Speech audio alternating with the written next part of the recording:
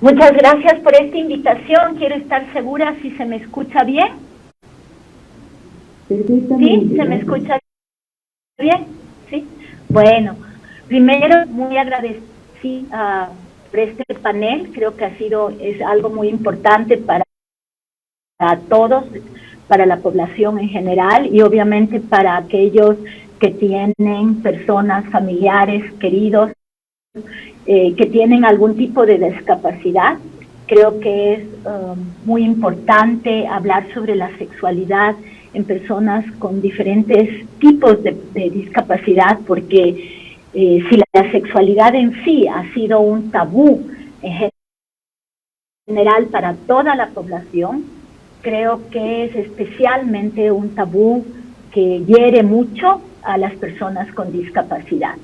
Entonces, quiero compartir mi presentación también para contarles un poco sobre la sexualidad en personas con discapacidad.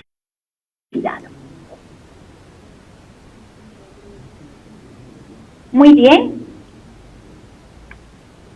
Entonces, espero, como dice aquí, que ninguno de nosotros vuelva a ser uno de esos adultos que no escuchan a las personas con discapacidad, y en este caso que no escuchan no solo sobre su desarrollo en general, sino sobre su desarrollo sexual.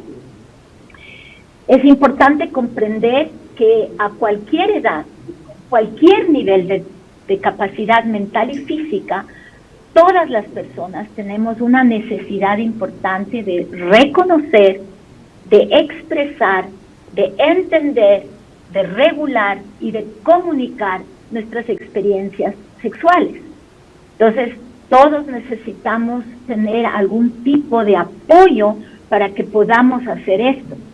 Las personas con discapacidades, más que las personas sin discapacidades, van a necesitar del apoyo para que puedan reconocer su sexualidad, puedan poder expresar su sexualidad, puedan poder entender su sexualidad, regular su sexualidad y comunicar a otros sobre sus experiencias sexuales.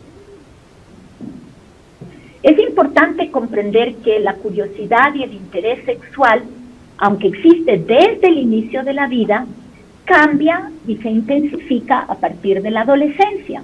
Entonces, muchas personas con familiares que tienen una discapacidad, a veces no saben bien en qué momento va a intensificarse el desarrollo sexual de la persona con discapacidad.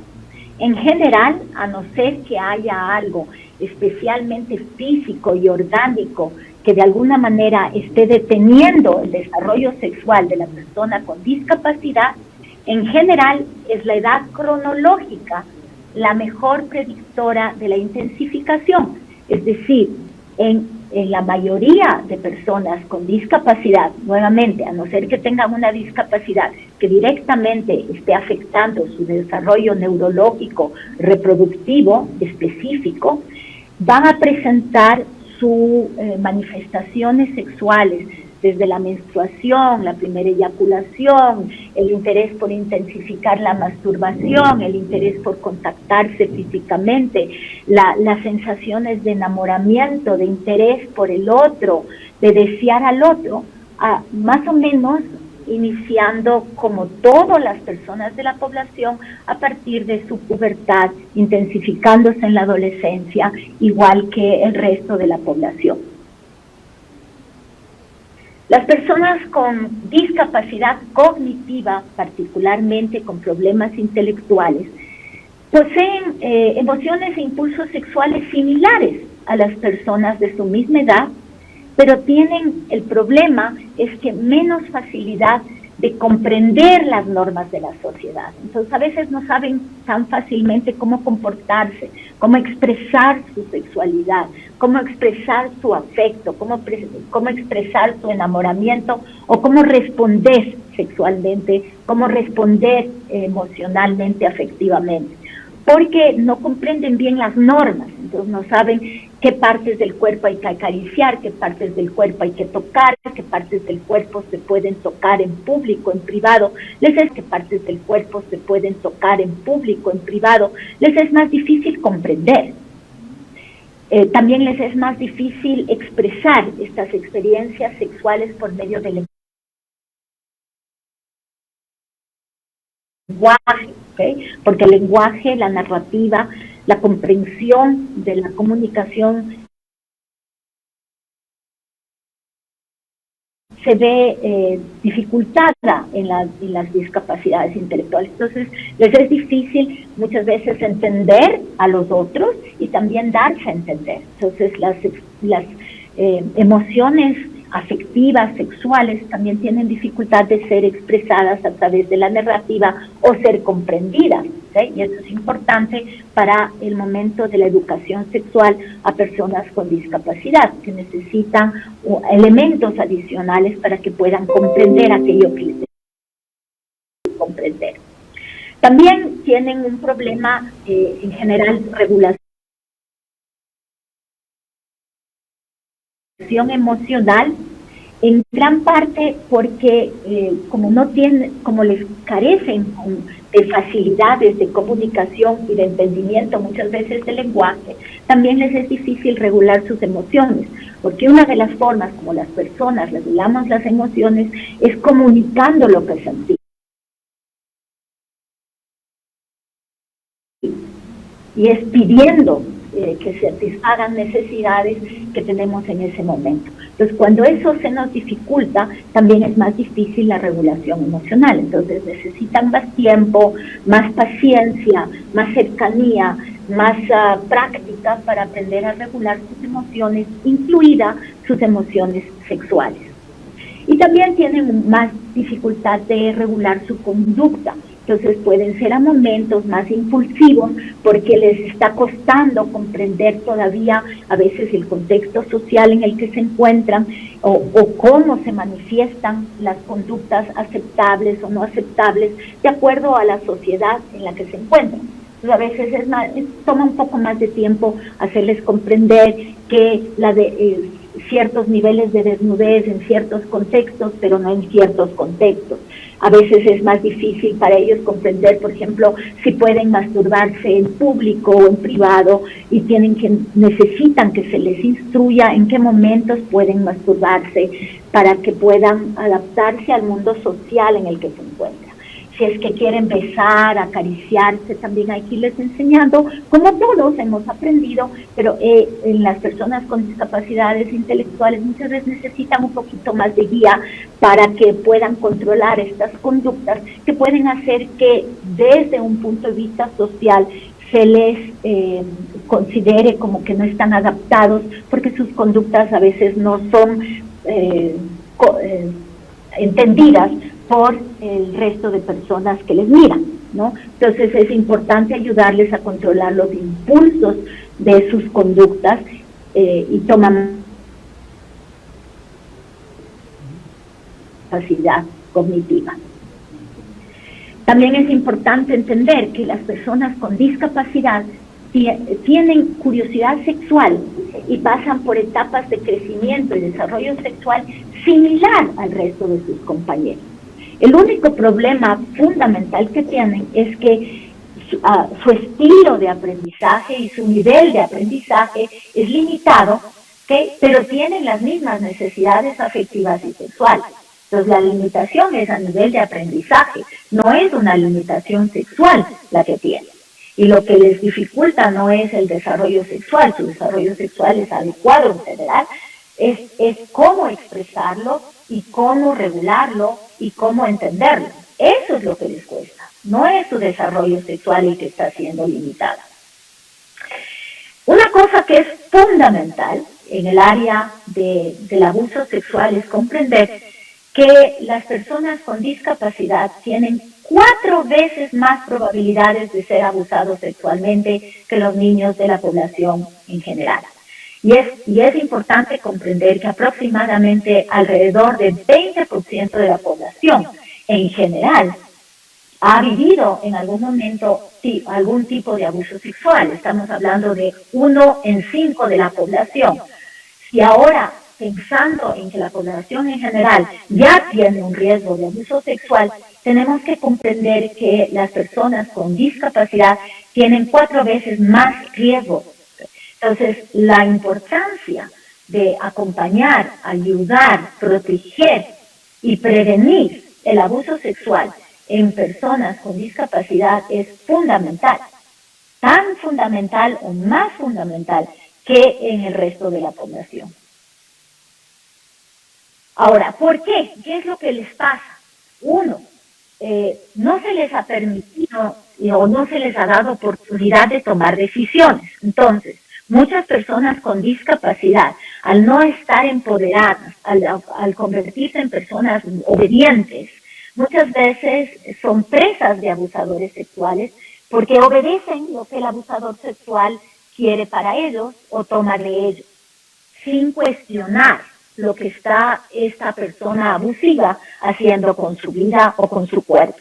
Entonces, una de las formas que necesitamos nosotros ayudar para prevenir el abuso sexual es empoderar al niño, a la joven, a la persona con discapacidad para que se sienta empoderada para decir no a ciertas situaciones de la vida, entre ellas el abuso sexual. Entonces necesita, por un lado, comprender lo que es el abuso sexual y saber que puede decir no, o que puede contarnos, o que puede pedir ayuda.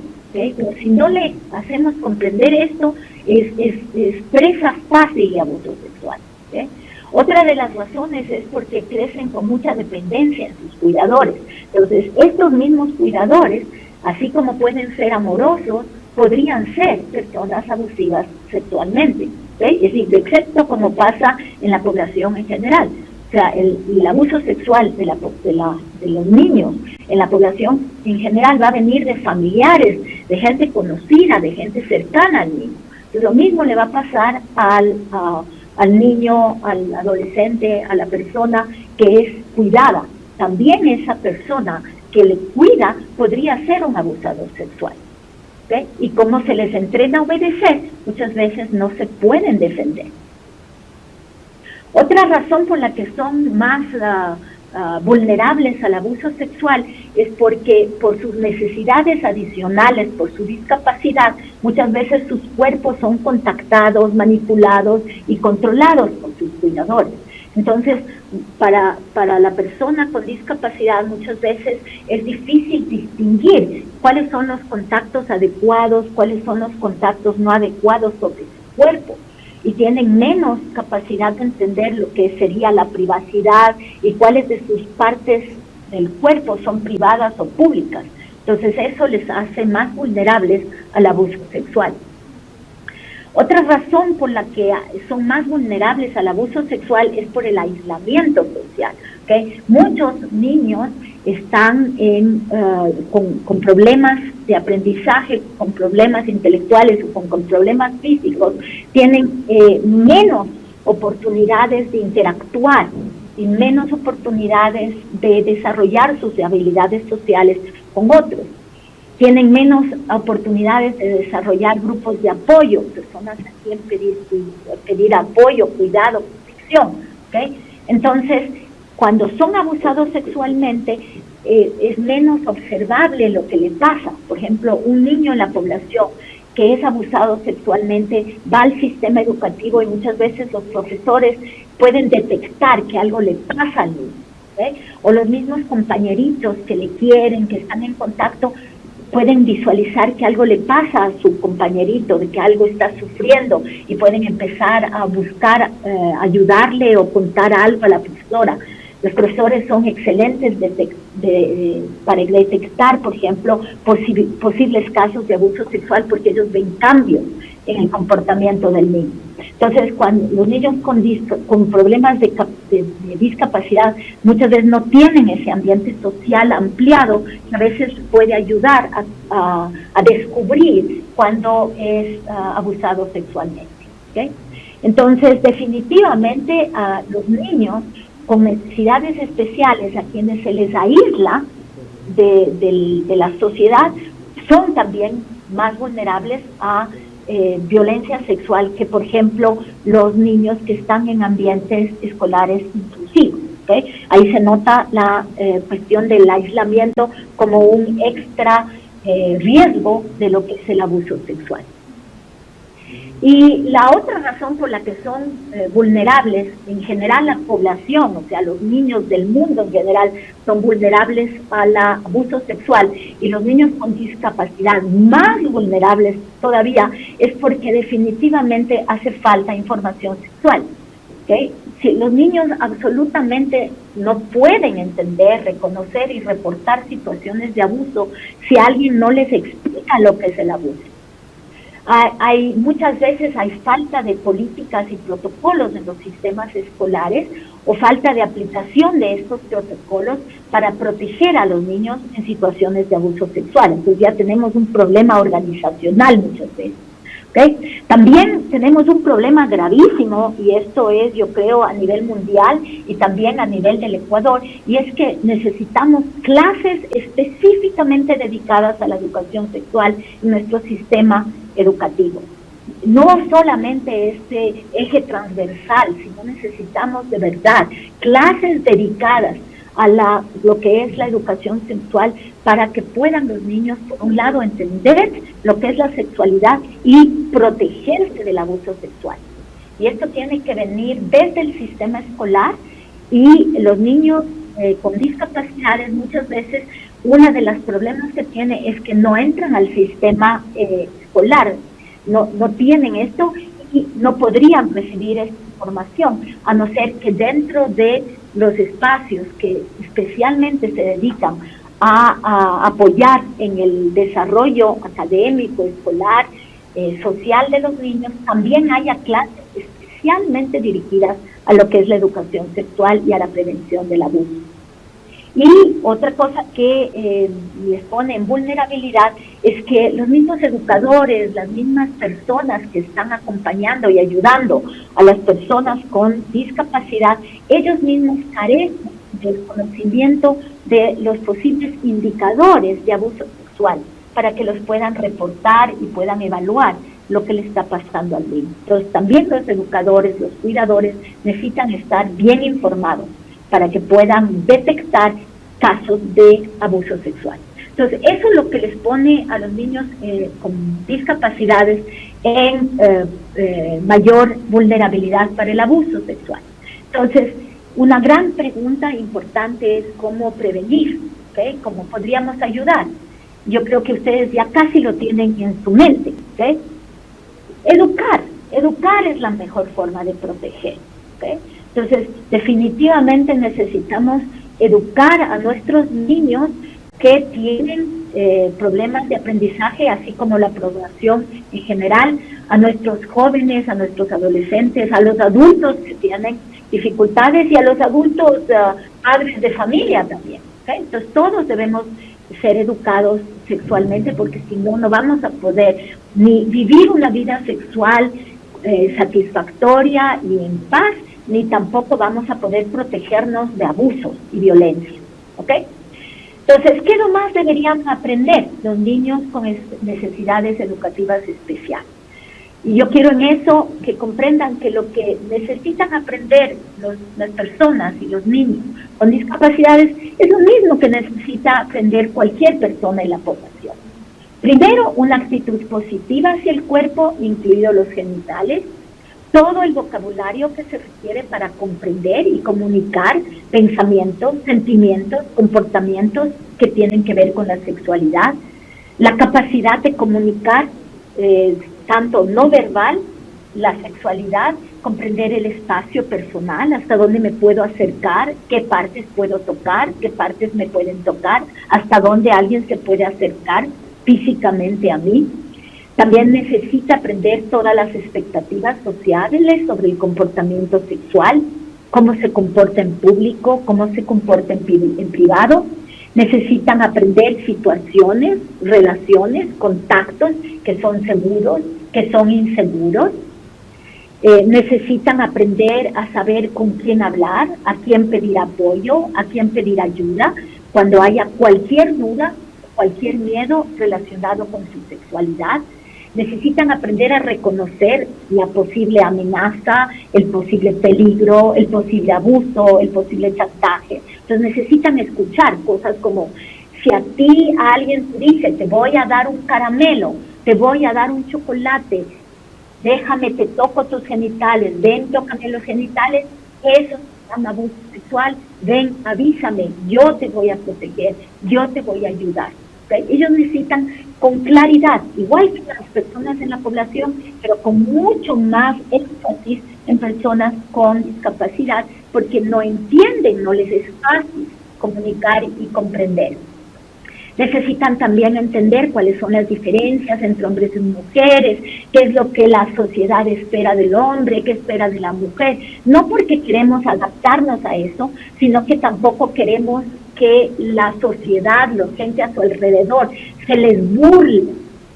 Entonces necesitamos ayudarles a comprender algunas cuestiones esperadas para que los demás, ¿okay?, por su falta de comprensión, muchas veces generan conductas de burla, de violencia, por la ineficacia realmente que tiene el niño, el joven con discapacidades cognitivas, de entender más o menos cuáles son esas expectativas.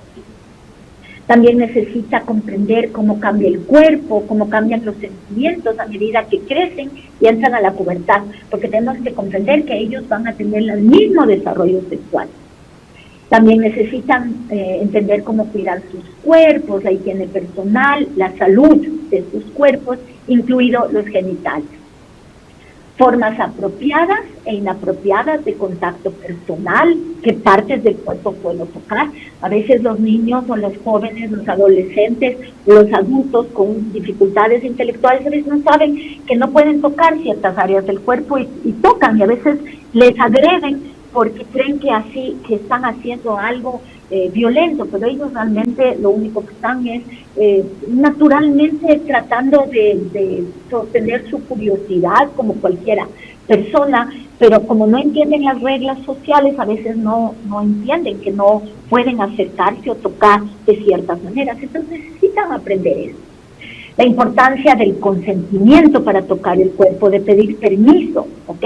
Y que le pidan permiso también. Entonces los cuidadores, por ejemplo, antes, si es que tienen que cambiar, por ejemplo, una persona con discapacidad que necesita ser cambiado, por ejemplo, porque usa pañales, aunque sea adulto, el cuidador tiene que decirle, me puedes permitir, dame permiso, voy a tocarte estas partes del cuerpo, para que aprenda a distinguir lo que es el permiso y el no permiso. Necesitan aprender a mantenerse a salvo, ser asertivos, ¿okay? También necesitan aprender sobre la reproducción y cómo cuidar a un infante. Acuérdense en que hay muchas personas con discapacidad que desean formar familia, que quieren tener hijos y que tienen la capacidad afectiva y física de hacerlo, pero necesitan mayor aprendizaje, mayor apoyo, tal vez que otras personas de la población. También necesitan aprender a evitar el embarazo, porque muchos quieren vivir una vida sexual y no quieren embarazarse, pero quieren vivir una vida sexual, ¿okay? Y también aprender a cómo cuidarse de infecciones de transmisión sexual y las formas de prevenirlo, ¿okay? Entonces es importante comprender que las personas con discapacidad tienen un derecho a una sexualidad y por lo tanto también tienen derecho a poder tener hijos o no tenerlos si no quieren, a cuidarse de enfermedades en situaciones de riesgo. También es importante que aprendan a formas de decisión responsables, entonces necesitan comprender, entender de qué se trata la relación sexual, de qué se trata la maternidad, la paternidad, de qué se trata el cuidado del cuerpo, la higiene, ¿okay? Entonces necesitan tener muchísima atención sobre este desarrollo de decisión, ¿okay? Necesitan que se les ayude a desarrollar habilidades para vivir una vida sana y feliz, ¿okay? Como decía el expositor anterior, ¿no?, de independencia. También necesitan aprender lo que es la diversidad, ¿okay? Como habíamos hablado antes también con la expositora, ¿cierto?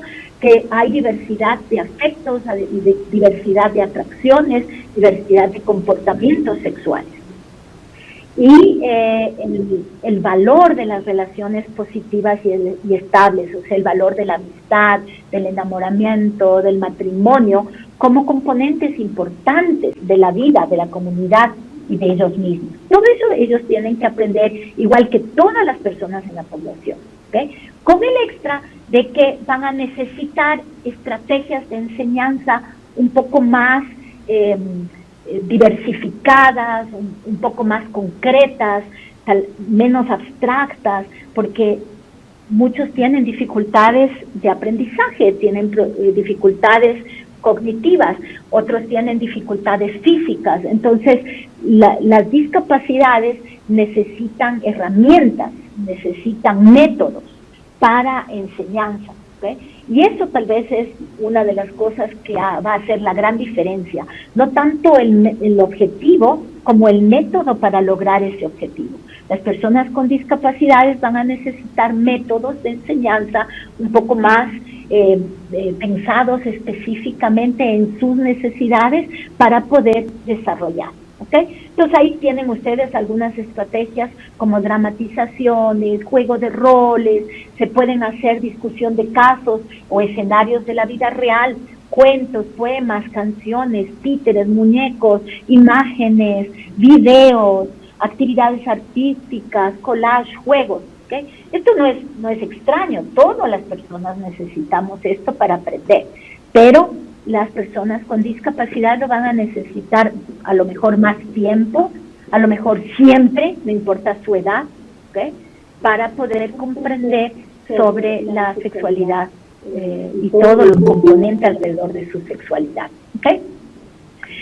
Hay que pensar en materiales específicos pensados en las necesidades cognitivas o físicas, ¿okay? Acuérdense en que una persona con discapacidad mental necesita un ritmo mucho más suave, mucho más lento, mucho más preciso, repetido, ¿ok?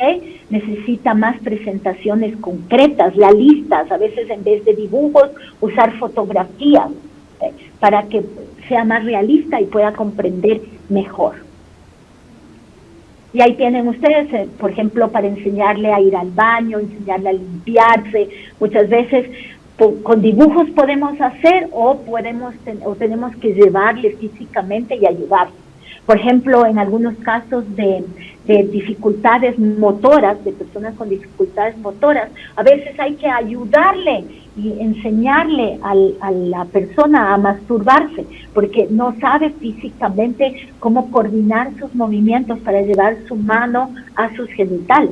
Entonces debemos ser en esto muy explícitos, muy claros, en que las personas van a necesitar diferentes acompañamientos, enseñarle a ponerse el tampón, enseñarle a ponerse la copa menstrual. Muchas veces tenemos que hacerlo físicamente y ayudarle, ¿okay? Entonces en eso tal vez es donde más se diferencia el acercamiento de la educación sexual a una persona con discapacidad que a otra sin discapacidad. O sea, vamos a necesitar formas más concretas de ayudarle, ¿ok? Y ahí tienen nuevamente otros pocos ejemplos como para ayudarle a comprender, por ejemplo, lo que es el lugar privado, cerrar la puerta, etcétera. Que a veces en personas sin discapacidades esto es más sencillo y a lo mejor basta con decirlo una vez. En las personas con discapacidades muchas veces tenemos que repetir, tenemos que dar ejemplos, tenemos que hacer juegos de roles, dramatizaciones para que pueda comprender. ¿Okay? Entonces, con esto he compartido, a ver cómo hago para dejar de ahí está. Con esto he compartido, ojalá cualquier pregunta estoy disponible.